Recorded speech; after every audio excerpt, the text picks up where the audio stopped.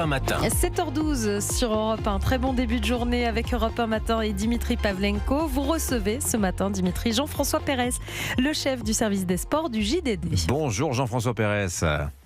Bonjour Dimitri, bonjour à tous. En direct de Boston avec nous, il est 1h du matin. Merci d'avoir veillé Jean-François. Les Bleus sont arrivés. Les Bleus sont arrivés depuis un petit peu moins de 48 heures sur zone. Ils ont pris leur quartier sur le campus de l'université Bentley. On est à une demi-heure environ du centre de Boston. Vous avez pu les voir hier, Jean-François. Racontez-nous.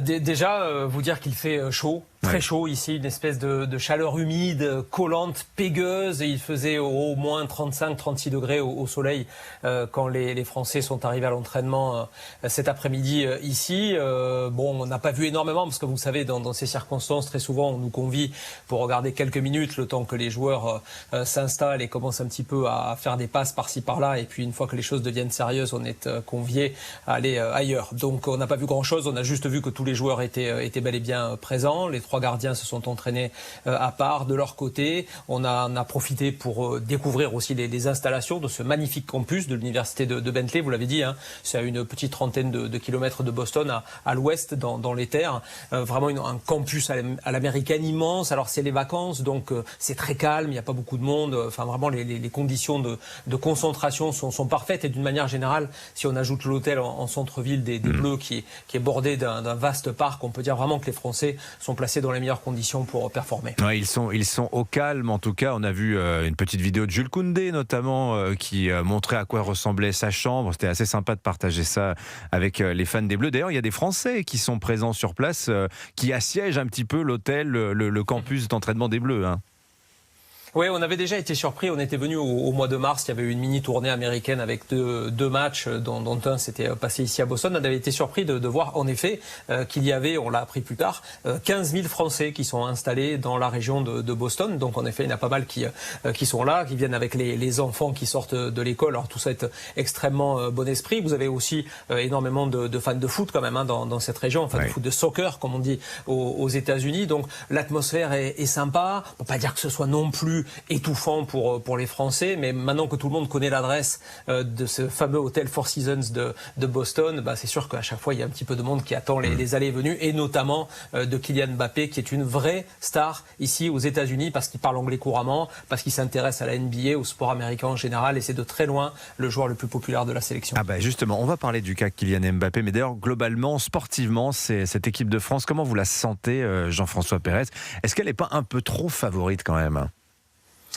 C'est ce que Didier Deschamps essaie de mettre le plus loin possible. Alors c'est sûr que quand on possède des attaquants comme Ousmane Dembélé, le Ballon d'Or, Kylian Mbappé, qui est un joueur incontournable de Coupe du Monde, on rappelle que c'est quand même quelqu'un qui a mis 3 buts lors de la dernière finale il y a 4 ans. C'est un joueur spécial, un joueur unique. Quand vous avez Michael Olise qui a fait une saison extraordinaire avec le Bayern, qui a mis 3 buts lors du dernier match de préparation avant de s'envoler pour les États-Unis, que vous avez les Parisiens aussi, Désiré Doué, Bradley Barcola, évidemment qu'avec cette attaque-là, plus Ryan Cherki, qui est un meneur de jeu comme on n'en a plus vu en équipe de France depuis très longtemps, on se dit qu'on peut aller loin, qu'on doit aller loin. Maintenant, des individualités, ça ne fait pas forcément une équipe, donc il va falloir que Didier Deschamps soit fort pour calmer en effet l'enthousiasme autour de l'équipe de France, qui est considérée ici comme l'une des 2 grandes favorites avec l'Espagne, on va dire, de cette Coupe du Monde, pour maintenir cet esprit de groupe et que les esprits, on va dire, ne s'évadent pas trop avant d'avoir joué les matchs, parce que juste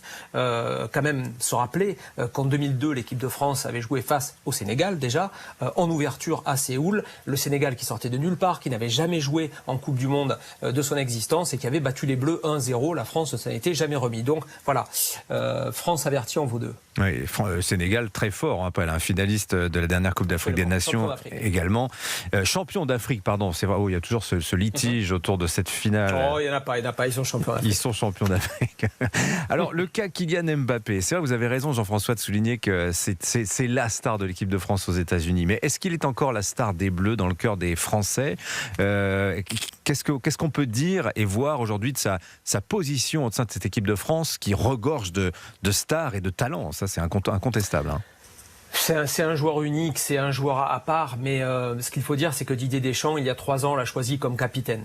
et il s'y tiendra. Kylian Mbappé, c'est le joueur numéro 1 de cette équipe de France. Même si, en effet, on a Ousmane Dembélé qui est Ballon d'Or et qui, on pourrait le dire, est devenu une sorte, je dirais pas de concurrent, mais en tout cas de pendant pour lui sur l'attaque française. Ce sont les deux joueurs qu'on met en premier. Kylian Mbappé, c'est le premier parce que c'est sa personnalité, parce que c'est son histoire avec l'équipe de France. On rappelle qu'il y a 8 ans déjà en Russie, il était tout jeune, il avait contribué très largement à la victoire de l'équipe de France à la Coupe du Monde, la fameuse finale de Moscou contre la Croatie notamment. Kylian Mbappé, c'est quelqu'un qui veut des responsabilités, c'est quelqu'un qui veut être mis dans la lumière. Et alors oui, vous l'avez dit, depuis qu'il est parti du PSG pour le Real Madrid, depuis qu'il se perd parfois en déclaration sur tous les sujets, je pense qu'il perd un peu, il clive un peu plus, il perd en popularité, mais il sait aussi, Kylian Mbappé, parce que c'est un champion, il sait qu'il y a des moments dans une carrière qu'il ne faut pas rater, et il a fait de cette Coupe du Monde un objectif, l'un des objectifs de sa carrière, tout simplement. Donc il est en train de se préparer pour ça, il est en train de préparer ses coéquipiers aussi pour ça, on le sent très investi. Petite anecdote, il y a quelques jours, on l'a croisé à Clairefontaine, et il est venu serrer la main de tout le monde, ce qu'il ne fait pas d'habitude. Il s'est déplacé pour serrer la main de tout le monde, ça veut dire qu'il est en mission. Vous savez qu'il a aussi négocié les primes pour tous les joueurs de l'équipe de France, les primes de résultats sur cette Coupe du Monde. Donc on a affaire à quelqu'un vraiment qui encadre ses joueurs, son équipe, et qui va faire en sorte que la France aille le plus loin possible. Allez, un mot pour finir, Jean-François, du calendrier des Bleus, parce qu'il y a ce premier match contre le Sénégal mardi, ce sera à 21h. La suite, ça va ressembler à quoi ?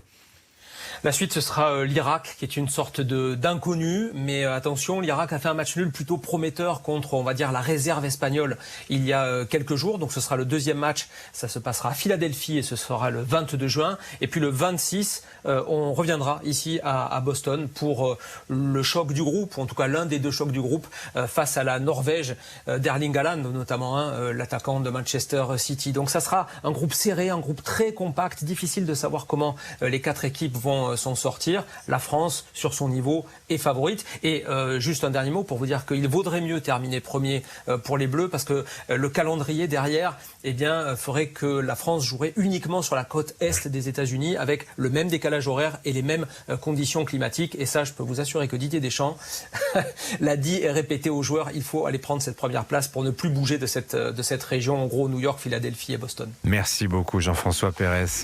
En direct avec nous de Boston ce matin, le chef du service des sports du JDD. Tiens, on va regarder la météo du côté de Boston, ça va donner quoi ? 35 Pégueux, il a dit Jean-François. Ouais, ça colle, ça veut dire. Vous allez aller vous coucher, Jean-François, vous allez vous réveiller. Dans la foulée. Il fera 24 degrés au réveil sous un ciel très nuageux. Et alors cet après-midi, c'est orageux à Boston. 27 degrés, ressenti 38. Oh là là. Donc c'est très très lourd comme ambiance à Boston. Bon courage, Jean-François. Il s'est entraîné la première semaine de Roland Garros, Jean-François, la chaleur. C'est à peu près la même chose. Bonne journée Jean-François Pérez. Merci d'avoir été et bonne avec journée nous à vous, ce matin bientôt. sur Europe 1.